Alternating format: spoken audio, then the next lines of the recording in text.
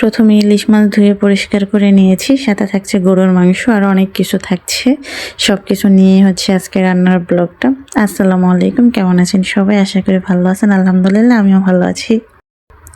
আসলে আমরা এক জায়গায় বেড়াতে গেছি, সেইখানে গিয়ে আমি নিজেই রান্না করে খাবো এবং সবাইকে রান্না করে খাওয়াবো। তাই ভিডিওটা আজকে আমার কাছে একটু অন্যরকম, একটু স্পেশালও। তাই ভাবলাম আপনাদের সাথে শেয়ার করি। আসলে এমন কখনো হয় না যে যাদের বাসায় আমি গেছি তাদের বাসায় রান্না করে আমি নিজে খাবো, আবার সবাইকে খাওয়াবো।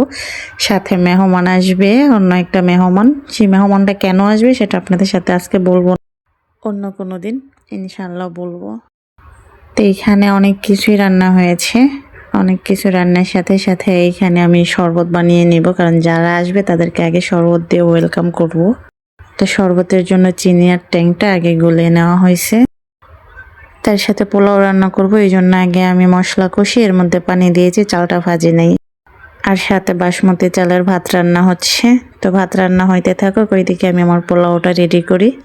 তো এখানে ঘি দিয়ে নিচ্ছি যাতে পোলাওর গ্রানটা একটু ভালো আসে, আর আমার হাতের পোলাও এমনি খুব ভালো হয়। তো রান্নাবান্না শেষে আমরা আবার একটু বের হয়েছি। এই পুকুরটা হচ্ছে 2500 মাঠের পিছনের যে পুকুরটা, সেইখানে। তো তো এখানে বের হয়ে আবার বাসায় চলে আসছি। বাসায় এসে দেখি এখানে রোস্টটা রান্না হয়ে গেছে। রোস্টটা অবশ্য আমি রান্না করিনি, অন্য কেউ রান্না করেছে। রান্নাটা অনেক মজার হয়েছে। সাথে এখানে ইলিশ মাছ ভেজে নিচ্ছিলাম, আর ইলিশ মাছটা না অনেক মজার ছিল। তো ভাজতে ভাজতে দেখি মেহমান চলে আসছে। তো এদিকে আমি আবার সব কিছু রেডি করব।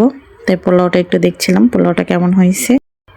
আর মেহমানদের জন্য এখানে এই যে শরবত রেডি করে ফেললাম। শরবত রেডি করার সাথে সাথে আমি আবার সব কিছু একদম রেডি করে ফেলেছি, খাবার দাবার যা খাবে। তো এই ছিল আজকের আয়োজন। আর সাথে সব রকমের ফল ছিল, মিষ্টি ছিল, দই ছিল, সবই ছিল।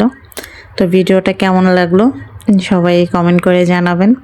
আর আজকের ভিডিওটা এই পর্যন্তই। সবাই ভালো থাকবেন, আল্লাহ হাফেজ। আর প্লিজ ভিডিওতে একটু লাইক কমেন্ট সবাই শেয়ার করবেন। ভালো থাকবেন।